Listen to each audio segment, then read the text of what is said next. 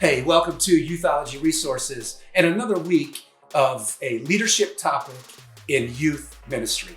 Yeah, every week we come to you and we choose a topic and we break that down. And this week is no different. In just a moment, I want to talk to you about the new documentary from Netflix, The Social Dilemma. That's right. I want to bring to you the highlights and lowlights of those findings and really many other sociological studies and research that have been done around social media.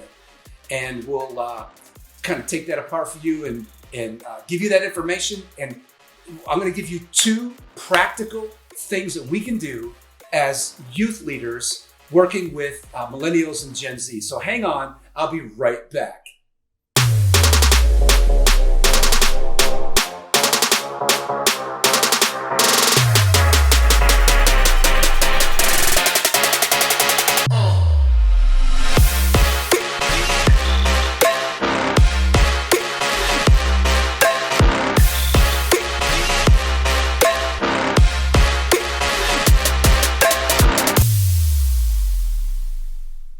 Yeah, welcome again this week, and thank you for joining us at Youthology Live. This week we're dealing with the social dilemma.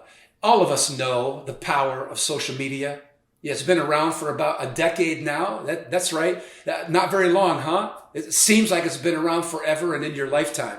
But if you're a teenager today, you grew up as a middle schooler about 2010, 2011, and this was a major part of your life. As a matter of fact, Gen Z, you are the first generation to grow up as digital natives from middle school until however old you are right now.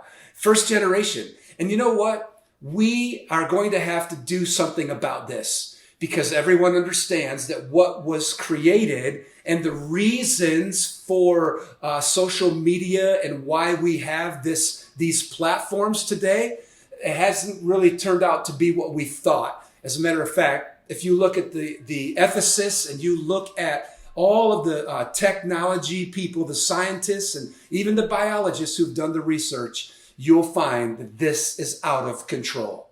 From every aspect, every area of discipline is finding that out, from marketing and advertising and biology and science, right? Mathematics. When you look at machines out of control, we are stuck in that age right now. And it's not a sci-fi movie. It's what we're living today. As a matter of fact, we are part of the problem. You know, we are the ones that create the algorithms for the machines. The machines don't do, we do that. Our patterns, our lifestyle, our decisions, what we're doing is creating this problem we have today. So let me bring you some highlights and lowlights of the research that was found, okay? Listen, the models that they were building, they have found that they have begun to predict our lives. I know we spoke into the information and we began to predict the algorithms, right? And all the decisions and when to send ads and, you know, we're the ones that predict that. Maybe you've caught yourself saying, man, I wish I had a pair of Adidas, right? And then all of a sudden, you see those Adidas ads up on your feed, right? And those kind of things that go on with us training the machines, okay? So we know that that's the first part of the research. Secondly, I want to bring to you this idea of what some call Snapchat or social media dysphoria. Dysphoria. There's another term for it, social media dysmorphia. Okay, so however you want to look at this, but what we want to understand with this is how important filters have become in our life. So many of us are shaped by filters, right? Kind of going over what looks better and right. And what happens is we begin to see our lives through filters, right? It's not reality. And so that's the second part of what we found in these studies. And then the other part, the significant part of what the social dilemma has kind of shown us is the surveillance capitalism. Okay, surveillance capitalism. And that is how media has helped the economy to capitalize on on our behaviors, on our actions, on the kind of things that we say, the things that we do, the places we go, right? All of that comes into that surveillance capitalism. And so when you take those three things, just those simple things, our lifestyle and how it has shaped the algorithms within social media, right? Don't blame the man, okay? We blame ourselves for that. Secondly, that dysphoria, the dysmorphia of the filter lifestyle, okay? And then finally, the surveillance capitalism and how by watching where we go, what we say, what we do, and who we're with, has helped economy, right? And helped capitalism. So given those three simple things, what do we do, right? I mean, what do we do? One design ethicist who used to be with the Google Corporation now created his own center for humane technology, Center for Humane Technology. His name is Tristan Harris, okay, Tristan Harris. And one of the things that he says is that we must recreate the machines themselves in one sense. We have to retrain them because they're feeding off our actions. They're feeding off our responses. They're feeding off our lifestyle and our behaviors, okay? It's almost, it's simple, isn't it? Like the number one problem and the number one solution to all of this is me and you. So what do? I want to give you two simple, practical things that we can do as leaders to help shape better social media use. There are many. We've talked about this topic so many times. If you would just go back in our archives, you could search on the website. You could search in our social media by just going to the link tree there. It'll take you to where you can watch or read or listen at YouTube, on the website with the manuscript, or even the iTunes podcast, right? Any one of those formats. You can go back and search some of our social media postings. But I want to bring out two simple, practical ways to retrain the algorithms which control, right, all of this media blast that we call social media and all these platforms, right? Retraining the man, retraining the system. Really, it's simple. Number one of these two, we need a weekly free day. And number two, we need a weekly faith day.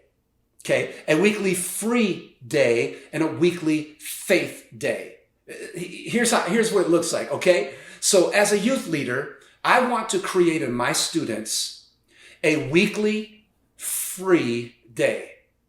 A day free of social media. Yeah, that's right. Hold it. Did you hear it? I know. It sounds insane today. Listen, this is not going away. You understand that? This is not going away. So we can, as the proverbial ant in front of the train, we can hold up our fist and shake it and try to stop this locomotive that's out of control.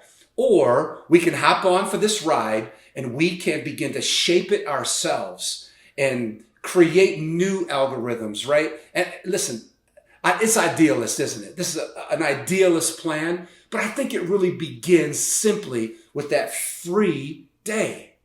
Just one day free where I set it aside. Listen, on your way to school, leave the phone in the car. You need it for an emergency, or you need it to, maybe find out what's going on at the end of the day for work or with the family or whatever. But learn the importance of a fasting day, like a free day, where you do this social media fast. You've heard that term before. Many of us have used that. But what it does is it creates Sabbath. It creates a new rhythm around your life. So moving to one weekly free from social media, free from your phone day will help you recreate the algorithms that are really shaping your life and telling you what to do, what to say, what to wear, what to buy, who to hang with, where to go, all of that stuff, right?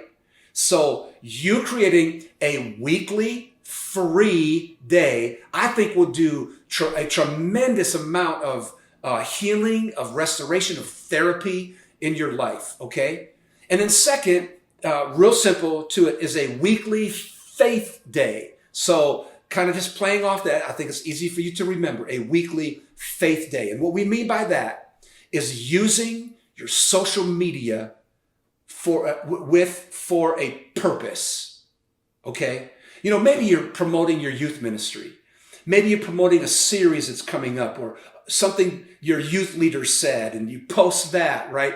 Maybe it's inspirational quotes that you're posting. Maybe it's a whole day where you put up scripture, right? And your friends can see that. What a way to keep you accountable. You know, we just had See You at the Pole, and I saw so many students, you know, filling their stories and filling their timeline, you know, all of their different posts with pictures of them praying at their school or at their flagpole, or, right? All of that kind of, those kind of things. So events that could help you create a faith day. Maybe your whole youth ministry uses the same one. Or maybe you choose different days so you cover the whole week, right? Listen, we were really good at that during the quarantine. We really were, because Monday was meme day, right? And Tuesday we'd set up the devotional for the week, and Wednesday, right, we had the check-in, and all of those different days. And listen, why lose that? Let's not lose that momentum, okay? So I think one of the ways that we can counter all of the things that we have created, okay? Listen, they've been mining us, right? The computers are mining us, and they've been mining us, if you're Gen Z, for the last decade. And now it's time for us to give them the information we want them to have, right? Like where we're going and how we're talking and what we're saying and what we're doing. And so I just want you to think about those two simple things.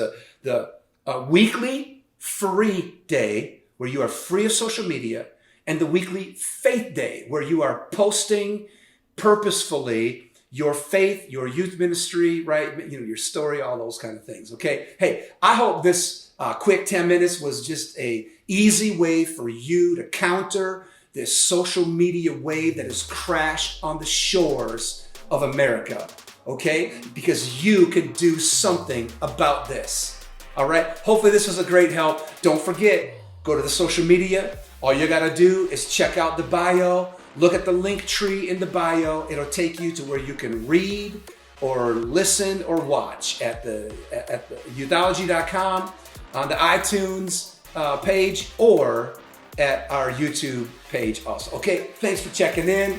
Thanks for checking in to Youthology Live. Hey, we'll be back next week with another topic. Thank you for joining us.